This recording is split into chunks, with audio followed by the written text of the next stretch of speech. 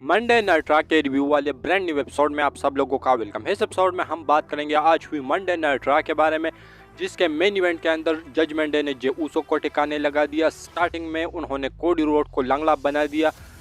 Show पर contract signing भी थी, लोगन पॉल भी शो के ऊपर थे और भी अच्छी ऐसी चीज़ें हुई। तो वीडियो काफ़ी इंटरेस्टिंग होने वाली है, एंड तक देखिए। अगर पसंद आए तो वीडियो को लाइक करें, शेयर करें और फर्स्ट टाइम विजिटर चैनल को जरूर से सब्सक्राइब करें। तो इंट्रो के बाद विदाउट वेस्टिंग ज़्यादा time let's begin this video.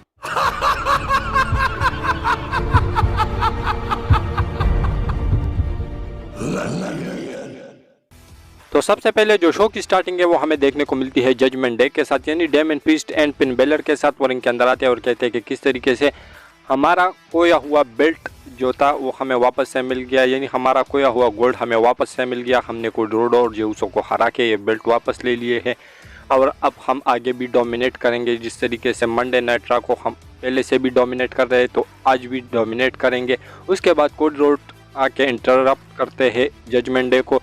कोडी रोड कहते हैं कि भाई कैसा लगा मैंने आप लोगों को इंटरप्ट किया, क्योंकि आप लोग हमेशा हर एक सुपरस्टार को इंटरप्ट करते हो, तो आज मेरा इंटरप्ट करना कैसा लगा। उसके बाद जो कोडी रोड है वो कहते हैं कि भाई तुम लोगों का तो लीडर ही नहीं है आज, यानी रिया रिप्ली के बारे में बात करते हैं और कहते हैं कि तुम लोगों से बात करने का कोई फायदा नहीं, क्योंकि जो रिया रिप्ली है वही सारे काम जो है वो संभाल रही है और वो सिर्फ डोमिनिक की मामी नहीं तुम सब लोगों की मामी है। और उसके बाद जो डेमन प्रीस्ट है वो कहते हैं कि भाई क्या हुआ तुम्हारी स्टोरी का, तो जिस पे उसकी स्टोरी का मजाक उड़ाते हैं और कहते हैं कि जिस तरीके से लास्ट वीक हमने तुम लोगों के साथ जो कुछ किया तो आज के मेन इवेंट के अंदर भी हम आप लोगों के साथ देखेंगे। उसके बाद जो कोडी रोड है वो कहते हैं कि ठीक है अब मेन इवेंट की बात करते हो, मैं अभी आप लोगों को देखता हूँ। जैसे ही वो रिंग की तरफ बढ़ते हैं और अटैक कर देते हैं डेमन प्रीस्ट और फिन बेलर के ऊपर, तो तभी जो रिया रिप्ली और डोमिनिक है वो आते हैं और डोमिनिक को जे ऊसो पहले ही टिकाने लगा देते हैं। उसके बाद जो रिया रिप्ली है वो थोड़ा सा डिस्ट्रैक्ट करती है जे ऊसो को, क्योंकि उनको इन दोनों का जो थोड़ा सा कन्फ्रंटेशन है वो हमें देखने को मिलता है।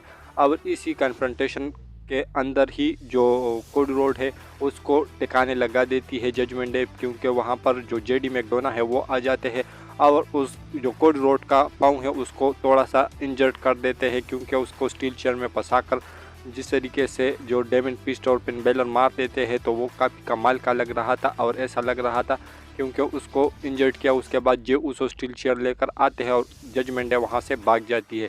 उसके बाद जो जे ऊसो है वो कंधे के ऊपर कोडी रोड को बैक स्टेज पर लेके जाते हैं। तो स्टार्टिंग में हमें ये पता चला कि जो मेन इवेंट के अंदर जे ऊसो और डेमन प्रीस्ट एक दूसरे के आमने सामने आएंगे। और यहाँ इस सेगमेंट से हमें ये भी पता चला कि डेमन प्रीस्ट ने जो है चैलेंज कर दिया कोडी रोड को फॉर द क्राउन जूल एक 1-on-1 मैच के लिए। तो ये मैच भी हमें क्राउन जूल के अंदर देखने को मिलेगा। लेकिन इसके बाद जो नेक्स्ट चीज़ शो के ऊपर हुई वो था एक टेक टीम में, जहाँ पर अल्फा अकेडमी पेश कर रही थी न्यू डे को। इस मैच के अंदर जो न्यू डे वाले हैं उन्होंने बिल्कुल आसानी से विक्ट्री अर्न कर ली, तब जब जो जेवियर वुड्स है उन्होंने टॉप रोप से एल्बो ड्रॉप लगाकर ओटिस को इस मैच के अंदर पिन किया। इसके बाद जो नेक्स्ट चीज़ हमें शो के ऊपर देखने को मिली वो था एंडी हार्टवेल और बेकी लिंच के दरमियान NXT वुमेन चैंपियनशिप के लिए मैच है। मैच काफ़ी कमाल का था, काफ़ी ज़बरदस्त था। लेकिन इस मैच के अंदर जो बेकी लिंच है उन्होंने अपने सबमिशन के ज़रिए से ही एंडी हार्टवेल को टिकाने लगा दिया और विक्ट्री अर्न कर ली और सक्सेसफुली अपनी टाइटल को रिटेन भी कर लिया। इसके बाद जो नेक्स्ट चीज़ हमें शो के ऊपर देखने को मिली वो था contract signing for the world women championship, या जो कि रिया रिप्ली के पास है। तो उसके लिए कॉन्ट्रैक्ट साइनिंग थी। सबसे पहले नाया जैक्स आती है, उसके बाद जोई स्टार्क, राकेल और शेना बेजलर भी आती है। लास्ट में रिया रिप्ली आती है। रिया रिप्ली को दो एडम पेयर्स मना भी कर देते हैं, लेकिन फिर भी वो वापस आती है। उसके बाद ये सारे कॉन्ट्रैक्ट साइन करती है, रिया रिप्ली नहीं करती।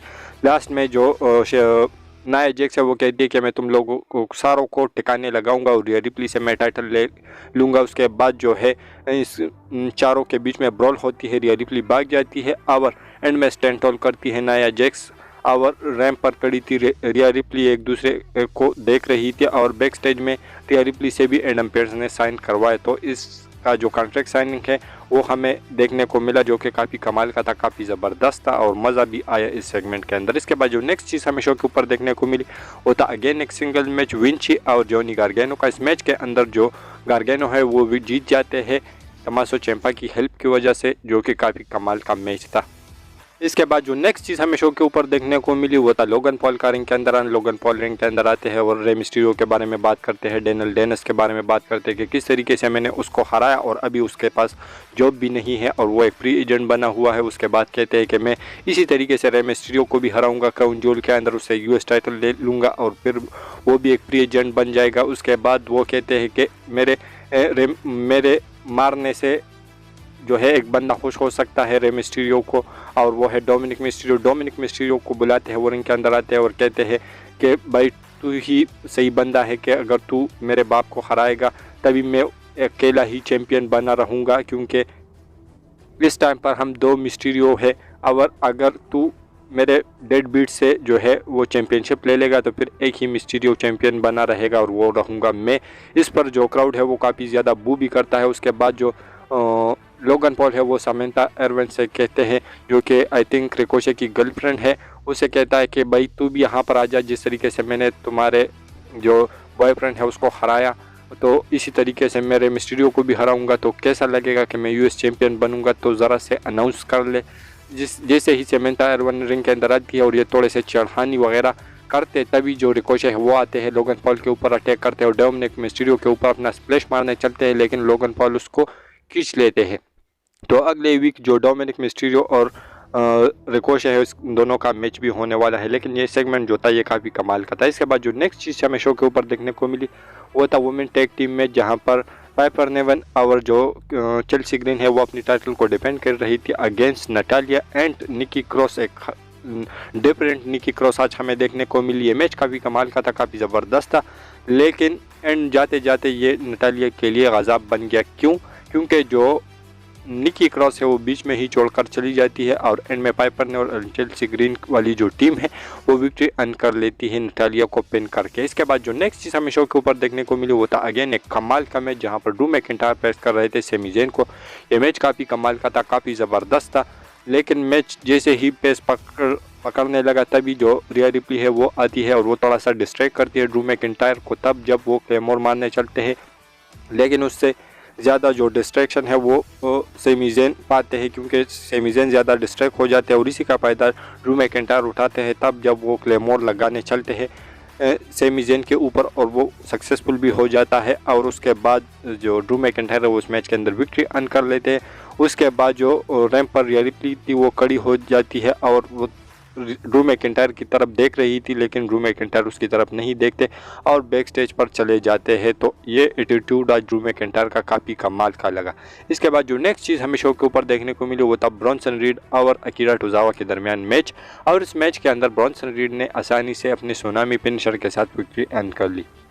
इसके बाद जो नेक्स्ट और मेन इवेंट हमें शो के ऊपर देखने को मिलता है वो होता है जे ऊसो और डेमन प्रीस्ट के दरमियान एक सिंगल मैच है। मैच काफ़ी कमाल का था, काफ़ी ज़बरदस्त था, लेकिन एंड जाते जाते ये मैच भी काफ़ी ज़्यादा मज़ेदार हुआ तब जब फिन बेलर भी डिस्ट्रैक्ट करने की कोशिश करते हैं जेऊसो को, उसको तो जेऊसो टिकाने लगाते हैं। उसके बाद जो रिया रिप्ली है वो भी थोड़ा सा डिस्ट्रैक्ट करने की कोशिश करती है जेऊसो को, जिसमें वो कामयाब हो जाती है और जैसे ही वो रिंग के अंदर जाते हैं तो जो डेमन प्रीस्ट है वो रेडी होते हैं और वो अपना फिनिशर लगाकर इस मैच के अंदर विक्ट्री अर्न कर लेते हैं। लेकिन जो फिन बेलर और डेमन प्रीस्ट है वो अटैक कंटिन्यू रखते हैं मैच के बाद भी, लेकिन तभी थीम सॉन्ग बजता है, कोडी रोड का वो लंगड़ाते हुए आते हैं, उस हाथ में स्टील चेयर भी होती है और वो बुरी तरीके से जजमेंट डे के बंदों को वहाँ से भगा देते हैं और बुरी तरीके से उनको धो देते हैं और एंड में जो स्टैंड टॉल है वो कोडी रोड और जेऊसो ही करते हैं। तो आज का जो मंडे नाइट रॉ का एडिशन था वो ओवरऑल काफ़ी कमाल का था, काफ़ी ज़बरदस्त था। कुछ मैचेस काफ़ी ज़्यादा अच्छे थे, कुछ एवरेज थे, लेकिन आप लोगों को कैसा लगा अपनी रेटिंग ज़रूर मेंशन कीजिए कमेंट सेक्शन में। और हमारी जो आज की वीडियो थी वो यहीं तक की थी। अगर पसंद आए तो वीडियो को लाइक करें, शेयर करें, फर्स्ट टाइम विजिटर चैनल को ज़रूर से सब्सक्राइब करें, क्योंकि आप लोगों को हमेशा ऐसी इंटरेस्टिंग और लेटेस्ट वीडियो देखने को मिलती रहती है। तो मिलता हूँ आपसे बहुत ही ज़्यादा जल्दी किसी इंटरेस्टिंग वीडियो के साथ। Until that time stay healthy and keep watching Russell page.